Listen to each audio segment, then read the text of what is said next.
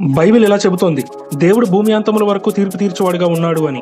రహస్యమందు చేసిన ప్రతి పాపం వెలుగులోకి తేబడుతుంది. అయితే తీర్పు దినం రాబోతుంది, అది మారదు. ఆ దినం ఎప్పుడూ నిర్ణయించబడింది, నియమింపబడింది. కానీ ఆయన ప్రేమను మనపై చూపించడంలో ఎలాంటి మార్పు లేని వాడిగా ఆయన ఉన్నాడు. ఎప్పటికీ ఆయన మనపై తన ప్రేమను తెలియజేస్తూనే వస్తున్నాడు. మనం ఇంకా పాపులుగా ఉండగానే క్రీస్తు మన కొరకు చనిపోయాడు. ఆయన ఎంతటి శాశ్వత ప్రేమతో ప్రేమిస్తున్నాడంటే మన కోసం మరణించడానికి తన కుమారుడైన యేసుక్రీస్తును ఈ భూమి మీదకు పంపాడు. ఎందుకంటే దేవుడు మనందరినీ ప్రేమిస్తున్నాడు కాబట్టి. ఆయన శిలువపై మరణించి తిరిగి లేచాడు. ఆయన సజీవుడు, అలాగే ఆయన మరలా తిరిగి రాబోతున్నాడు. నిజానికి ఆ శిలువ మరణం పునరుత్థానం జరగకపోయి ఉంటే ఈ లోకంలో నిరీక్షణ ఉండేది కాదేమో. మరి ఆ నిరీక్షణ ఏంటంటే సువార్త, gospel. The word gospel means good news. ఆ సువార్త అనే పదానికి అర్థం శుభవార్త. Yes, I have a good news for you. ఆ శుభవార్త ఏంటంటే దేవుడు మిమ్మల్ని ప్రేమిస్తున్నాడు.